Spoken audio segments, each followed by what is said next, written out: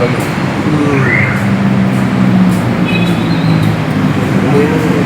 Nah, ini alasan yang bagusnya. Ya kak.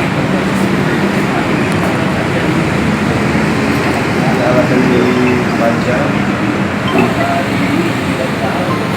Oke kak. Kita lagi alasan Siap, Kak. Iya, jadi seimbang.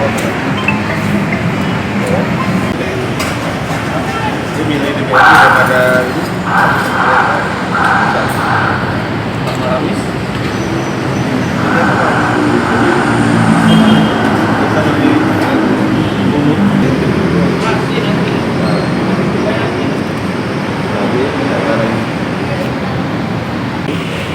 Kalau teman-teman lembaga survei lain kan ngambil 440. Sekarang kita ngambil di sampel sebanyak 830 dengan margin error 3,5% dengan tingkat kepercayaan 95%.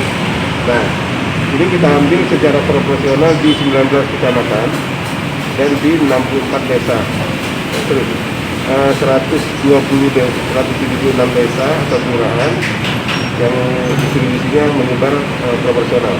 Nah, di mana hasilnya ini memang terlihat kejar mengejar, namun di titik-titik terakhir sekarang ini pasangan nomor urut 1 Panca Ardani itu sebesar 53,35%, lalu pasangan Elias Endang itu sebesar 35,30%, dan ada yang masih ngambang yaitu 11,35%. Nah, artinya apa ini? Artinya di sisa waktu ini, di sisa waktu sekitar 20 sampai 23 hari ini, itu masih ada potensi kejar mengejar. Artinya kalau ada masalah politik yang sangat signifikan, ini bisa merubah posisi ini karena masih ada swing voter.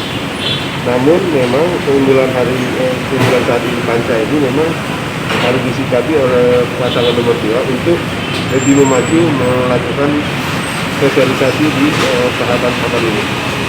Nah, lalu kita lihat lagi sosialisasi ini kan dianjurkan oleh Bawaslu kan melalui online Darling.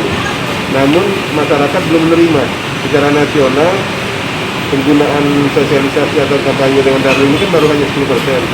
Maka dari itu calon-calon ini kan turun ke lapangan pasti dengan tatap muka. Nah, tatap muka ini kita berhadapan dengan kondisi hari ini yaitu COVID ini. Nah, itu yang jadi masalah kan gitu. Nah, satu pelaksanaan debat yang kedua nanti itu menjadi perhatian besar oleh masyarakat Ogan Ilir untuk melihat calon-calon yang maju dua pasangan ini. Jangan lupa subscribe, share, komen, dan like ya.